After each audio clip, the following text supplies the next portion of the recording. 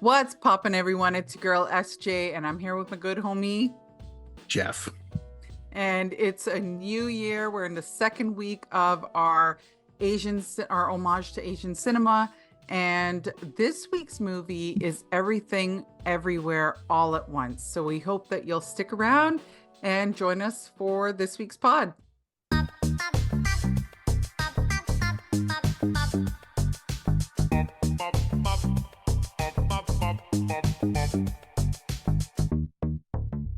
Welcome back, guys. It's your girl SJ, and I'm here with my good homie Jeff. And today, like I said before, we are reviewing Everything, Everywhere, All at Once, starring Michelle Yeoh.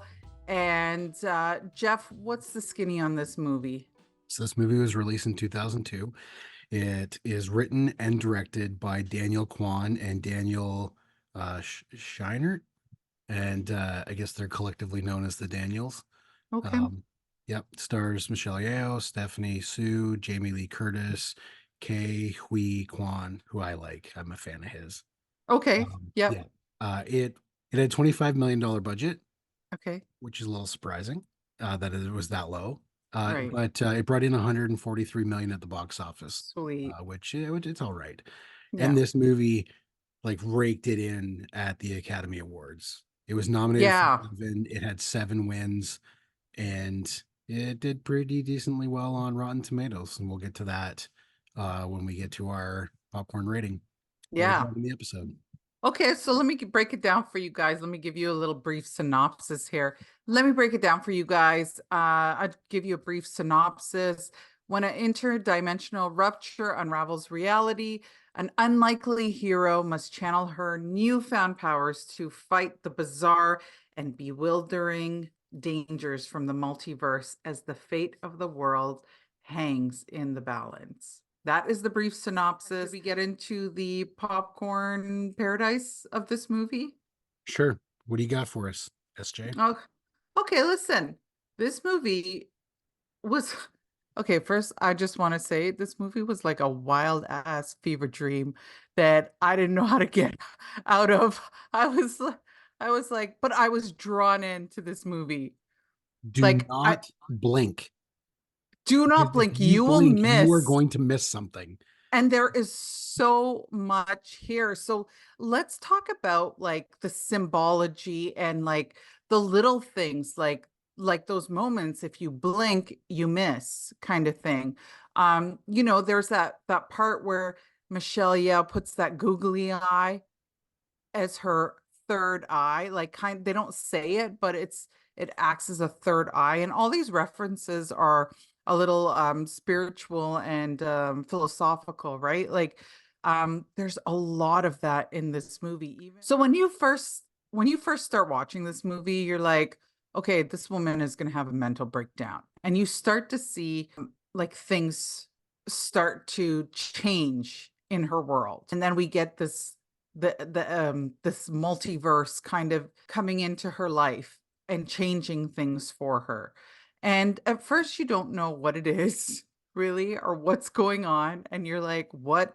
You start to understand as you go through the movie that this is kind of her way of coping with the stuff going on around her. I think she just looked like a stressed out woman running a laundromat, taking care of her father.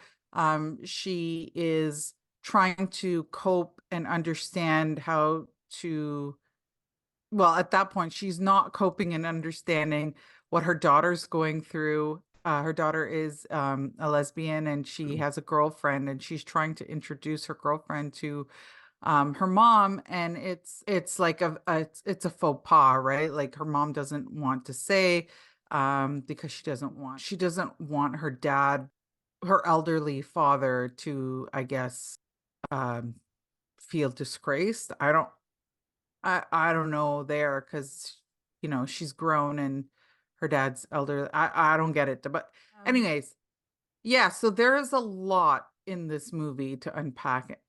Jeff, you want to did you notice anything that you want to Seems mention? like it seems like both um what is it, Michelle Yeoh's character and Ke Huy Kwan's character. it seems like they're both not happy in their marriage. No, and And we see that with he the divorce papers, right, right? you don't really, I guess you don't really pick it up from her right away, but you pick it up from him right away because he's got this divorce paper and he wants to let her know that, hey, they want to get a divorce.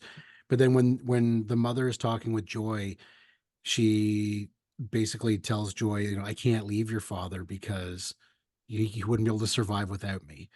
Right. And as they're having this conversation, you can see the security camera in the background, and he's doing these The flips and flips, jumps. yeah. And I think he's just going to get changed from the office. Yeah, and He's so not watching this. that's when I knew, I was like, "Oh, what Yeah. what is And then this? Is later this a on, you spy find out movie? that, What is this?" yeah, later on, you find out that he's not, uh, yeah, appearances are deceiving. Right. When this movie first came out, I was like, I have no interest in this movie. I don't know anything about it. It does not strike me as a movie. I thought it was very much like a drama, not even like a romantic comedy drama, but just a Right. drama that, and they're fine to watch, but I wasn't interested. And then it got all those Academy Awards, and I'm not the kind of person that will gravitate. Oh, it won all these Academy Awards. Right, like, I just know what it's gonna be. It's gonna be some Yep, weird movie about weird things, like, I just know the, like, Oscar people love that yep, stuff, right? sure, So, absolutely. So when um this movie started out, I was I was just like, yeah, this is exactly what I thought it was. It yeah, was gonna be some story about, the daughter and the mom not agreeing on something, or the mom not accepting her for who she is, and it's going to be a story about that. And I was just kind of chugging along, but then he started doing those flips in the camera, and I'm like, "Ooh, what's going on here?" And then all of a sudden, there's multiversal things going on, and then all of a sudden, it's like, "Oh, this movie is right up my alley."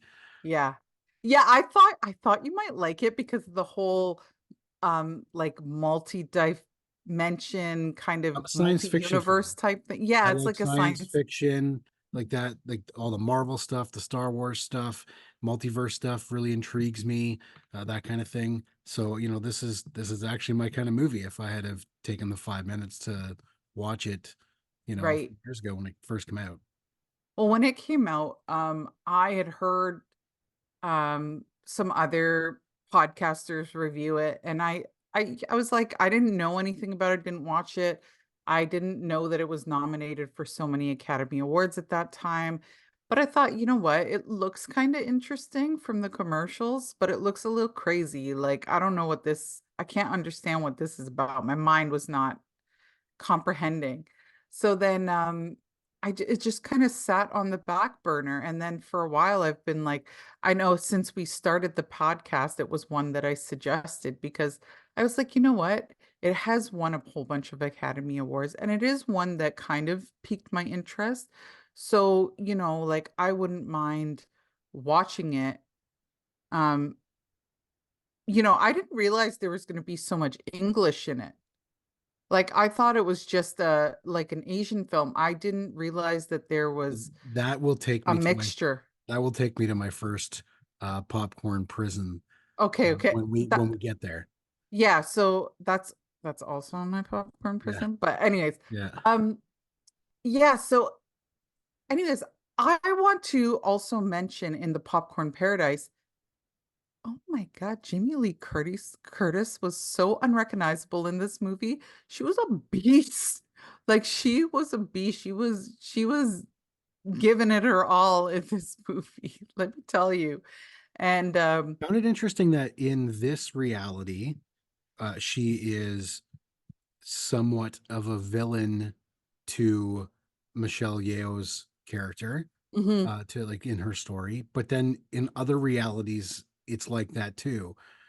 But right. sometimes a more Except for serious one. villain, right? There Except was one, she was her the lover. hot dog I'm fingers one. assuming it was her lover. They Yeah, looked like they yeah. lived together, but the hot dog, that was weird. That was, So weird. yeah, that was, The of all the the places to go, hot dog fingers. All right, okay. it was so it felt like so random at sometimes, and Yep. but I think my favorite one was the rock one, like the Yes. rock, I thought Yep. that was so funny and it was cute too. I So it seen that made me scene and I was just chuckle. like, oh yeah, this is the end of the movie. Yeah. Where they're gonna end up. They end up She ends up stuck in a rock. The It's gonna be end. great.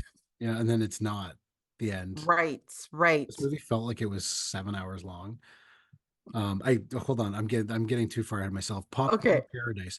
For $25 million budget, this had some really solid special effects. They did, it did.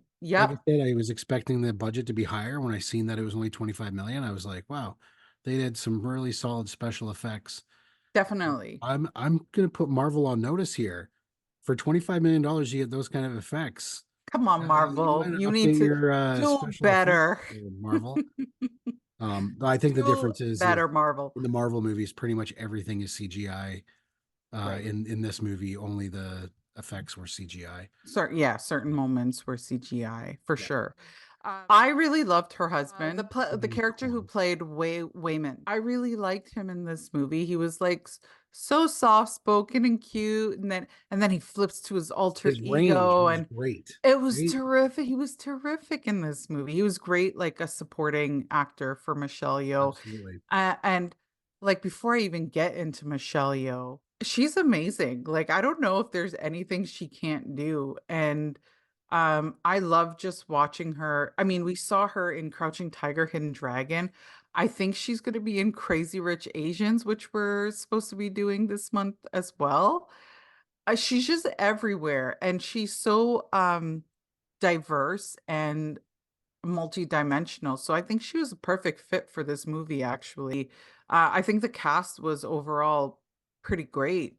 You saw people that you wouldn't expect necessarily to be in this movie, and they would pop up as like, they'd have little roles here and there.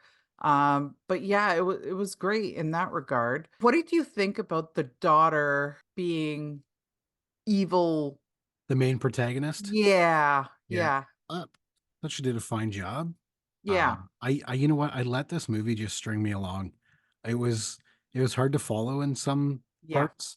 Um, but that's, for the popcorn prison. But I let it just string me along. I went for the ride. The ride was fun. It yeah. was interesting, but yeah, it's I was point worried that blank. I was gonna come on here and not be able to talk about it because I was like, I don't know what I just watched. Like, I'm just I mean, I know what I just watched, but like it was just like from beginning to end, like like you said, you sometimes it's hard to follow, but you still want to watch it. That's the Yep. thing. Like it makes you It's one of want. those movies you got to watch and then rewatch it right away again, Right, just so you right. can catch the stuff that you missed. And it's yeah.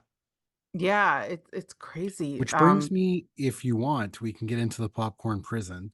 Sure. I My mean, first point of the popcorn prison was when this movie first started. It mhm. was they were speaking Chinese. I don't know if it was Mandarin, yeah, I Mandarin. think it was Um, Mandarin, yeah. and and then so I'm quickly like, oh, I got to get the subtitles on so I can understand what's going on here. And then I get the subtitles on, but then there was points where they literally would speak a sentence and the sentence would be 10 or 12 words.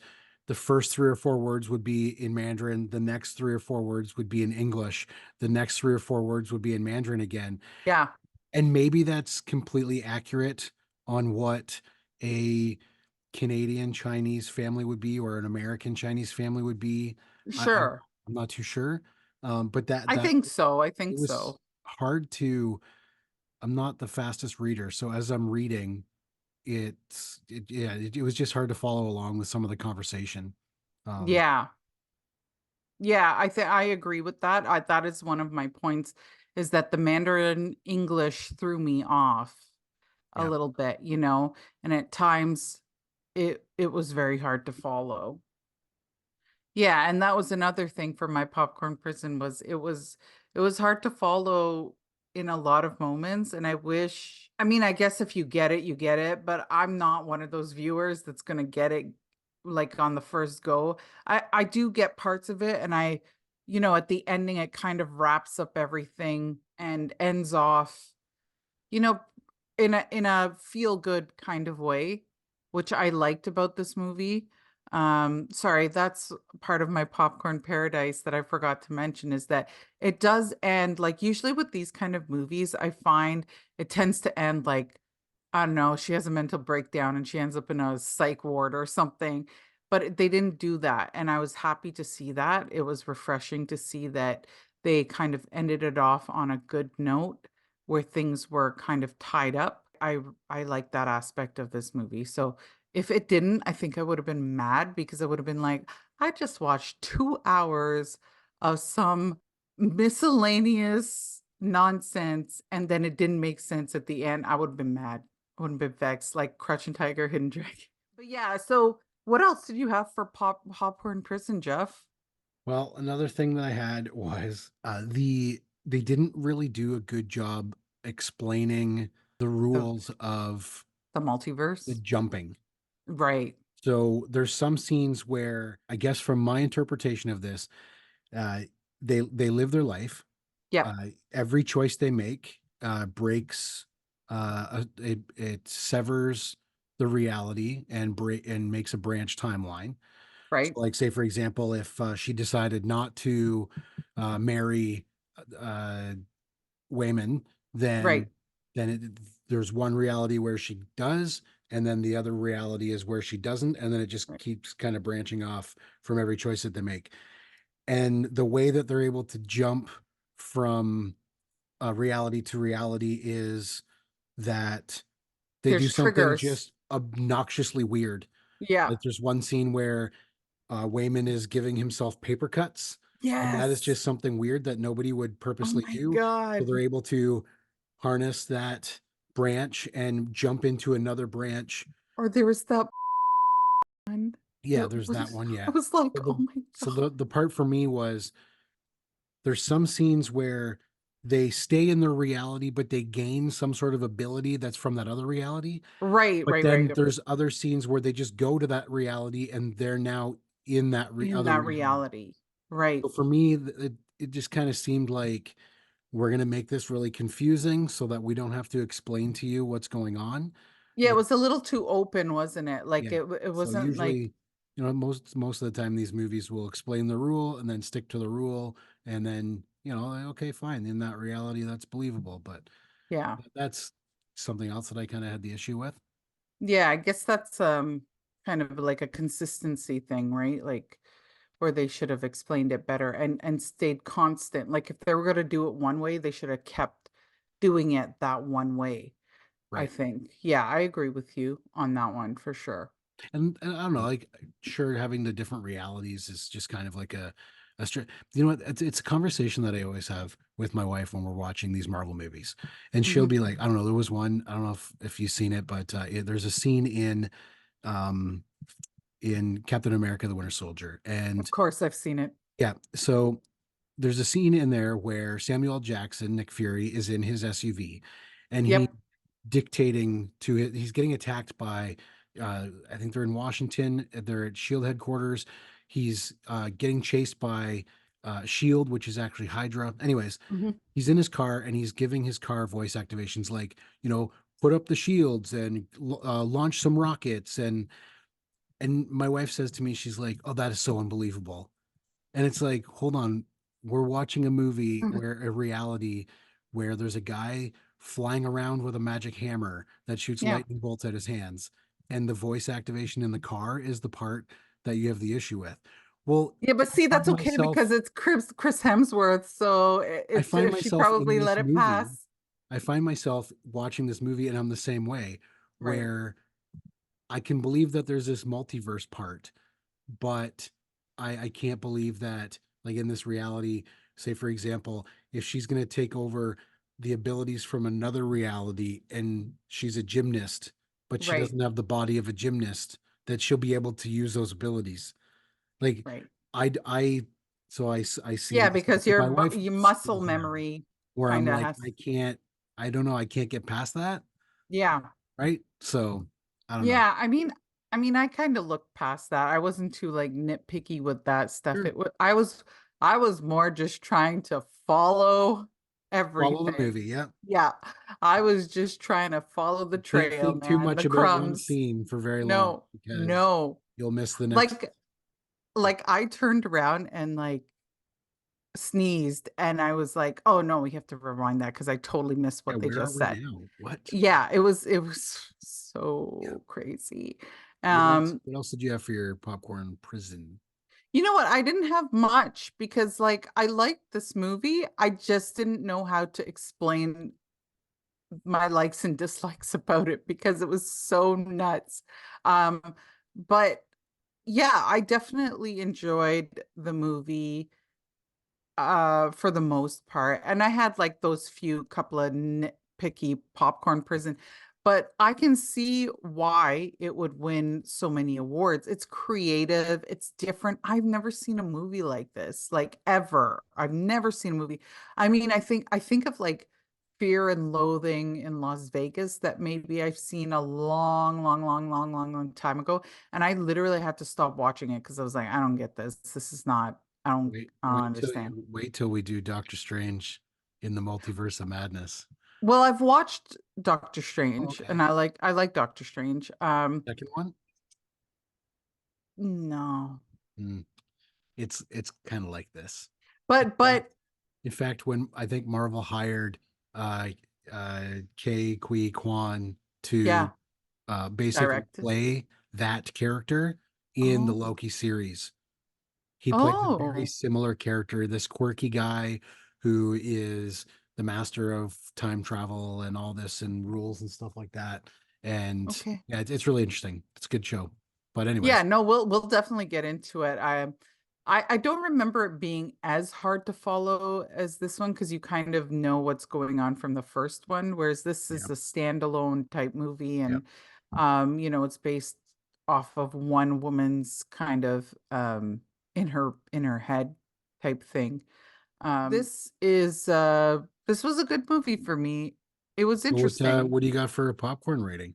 So listen, I could not give this an extra large because I don't understand it, but it's worthy enough for a large popcorn, which is saying a lot because it is so interesting, guys. Like I think you should watch it.